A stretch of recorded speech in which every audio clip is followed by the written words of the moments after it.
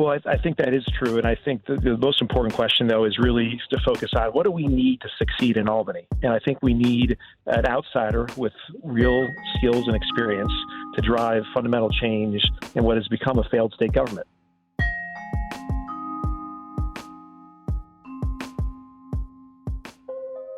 Hi there, it's WAMC News Director Ian Pickus.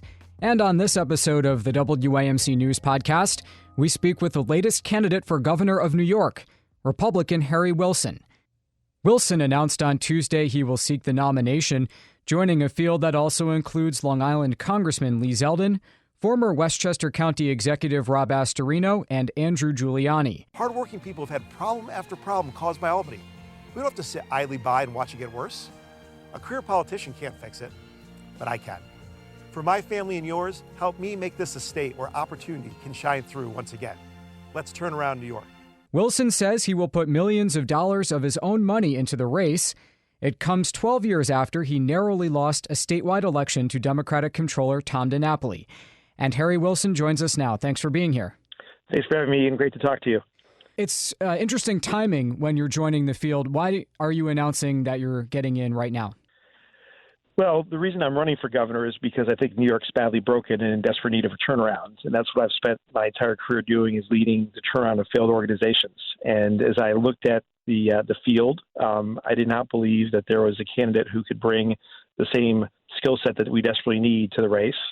And I decided to enter to try to earn the support of first Republican primary voters and then hopefully in the general election.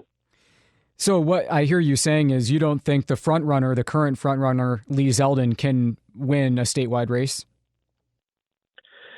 Well, I think that is true. And I think the most important question, though, is really to focus on what do we need to succeed in Albany? And I think we need an outsider with real skills and experience to drive fundamental change in what has become a failed state government.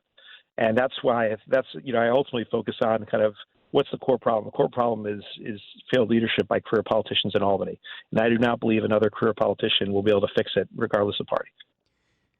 Is that a criticism of Governor Kathy Hochul? It's a criticism of the entire state government. I mean, look, the evidence is before all of us every day, right? We have the highest taxes in the country. We have skyrocketing crime. We have a rapidly rising cost of living. We've had, kind of a series of failures. We have, public schools that are near the bottom nationally. And so as a result, we have a government that is extraordinarily expensive, but does a poor job in its most important services. And that is as much an indictment of the Cuomo-Hochul regime as it is just an indictment of Albany more generally. It's become normalized to have these failures across the board. That is not acceptable for all the hardworking people in the state who give up their hard-earned tax dollars to expect better results. And my whole focus will be on making sure that everything the state government does, every dollar it spends, every regulation it has, serves the purpose of making the state a better place to work and live for everyday people.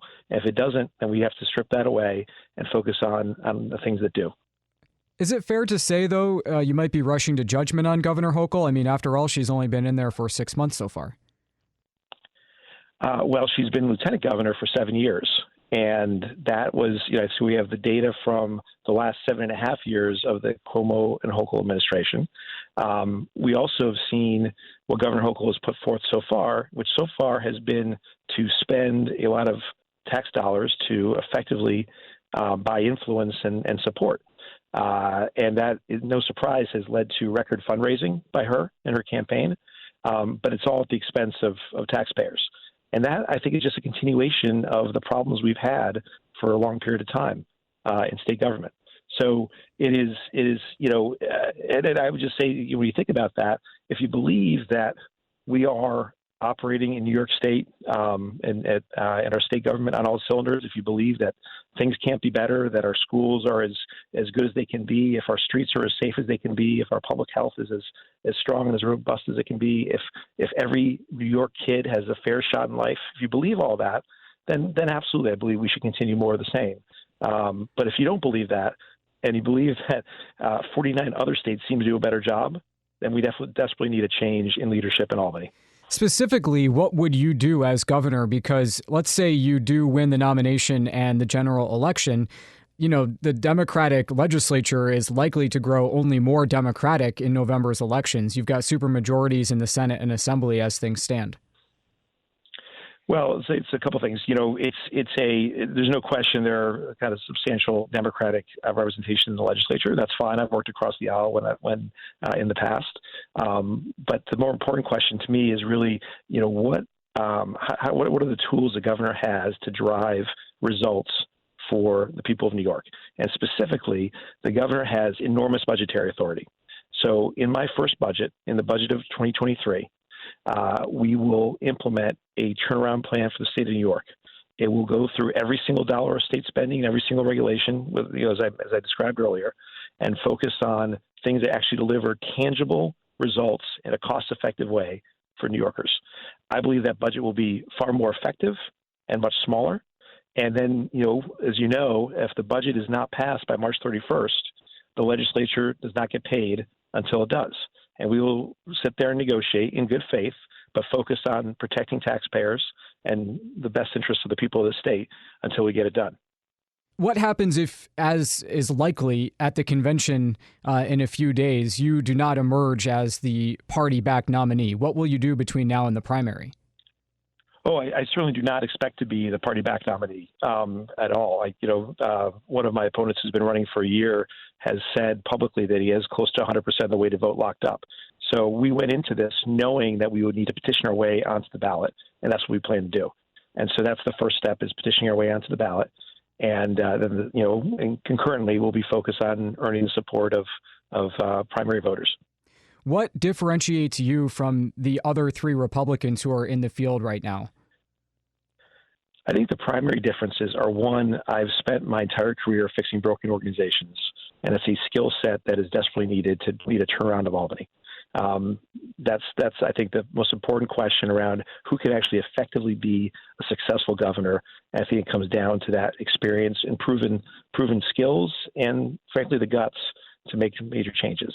So that's the first thing. The second thing is, in the last 20 years, even though I've only run for office once, I have had the most successful Republican campaign statewide of anybody in 20 years.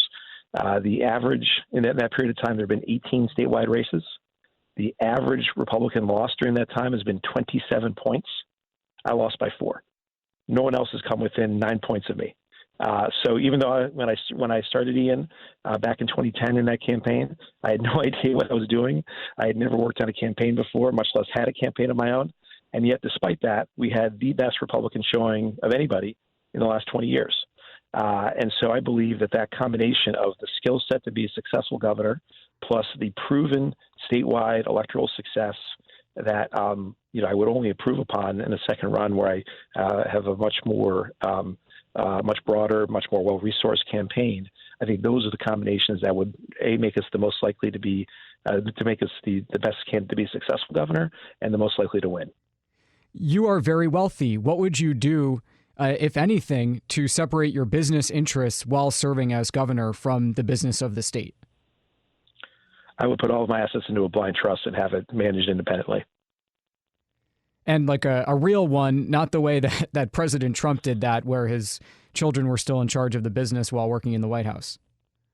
Yeah, a blind trust to me means someone where I have no influence or decision-making on their decisions. Do you accept that President Biden won the 2020 election fairly and was duly elected? Yes.